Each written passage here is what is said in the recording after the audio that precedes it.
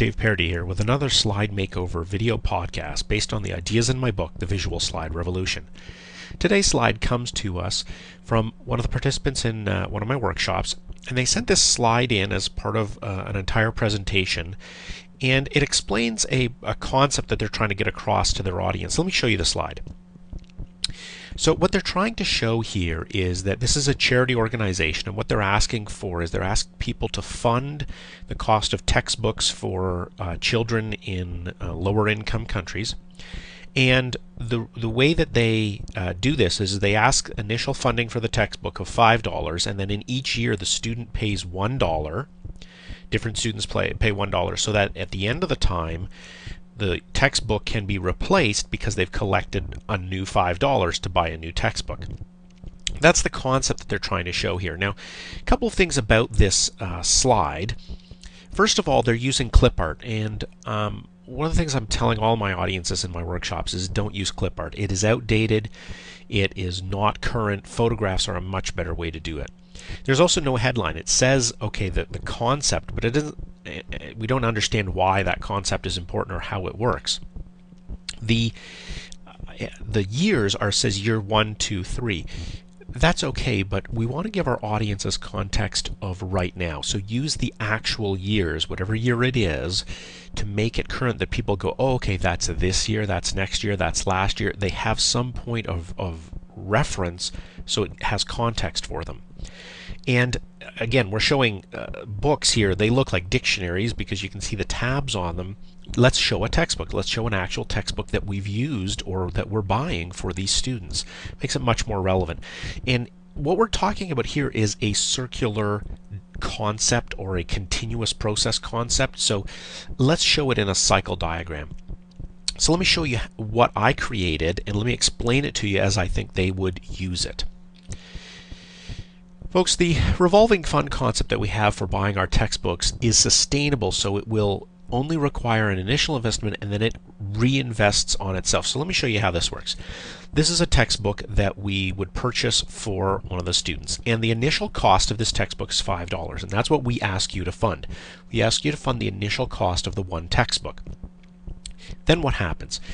Well, that textbook then goes to a student this year, and in 2009 that student will pay $1 to use the textbook, because again, these students couldn't afford to buy the textbooks, but they can afford over the course of the year to pay $1 for this textbook. They use it, they pass it on next year to another student who again pays $1 for that textbook.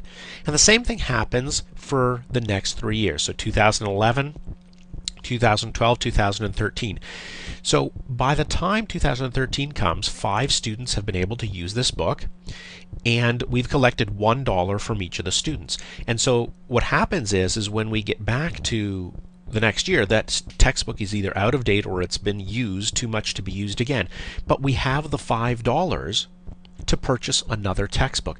So your initial investment doesn't need to come back every 5 years because the students are paying for it. So here's the thing.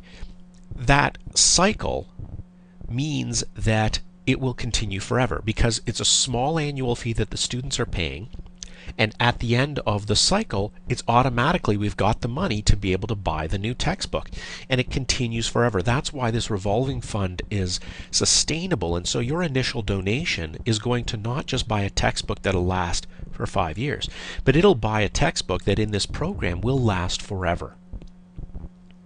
So you notice how what we've done here is made it much more meaningful to the audience. They understand exactly how their donation is going to impact these children, not just today or for the next 5 years, but forever. So here are some lessons that we can learn from this makeover and explaining continuous processes. Lesson number 1, make it real.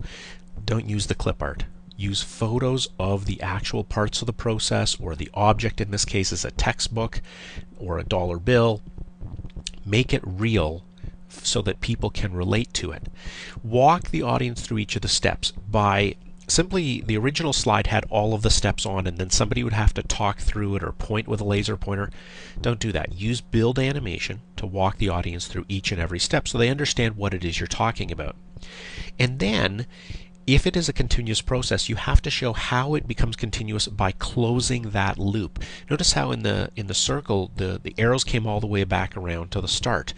In the initial slide that they sent, it's just a single line from left to right, which doesn't indicate a continuous process. It indicates that there's a start and an end. So continuous processes must show that continuity.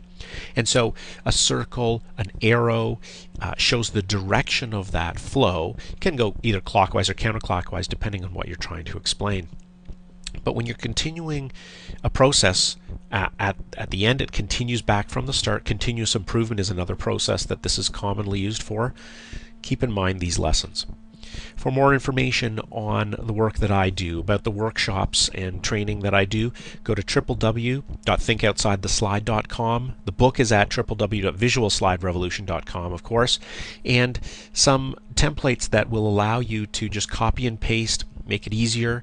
Go to www.pptcontenttemplates.com. This is Dave Parody with another Slide Makeover video podcast.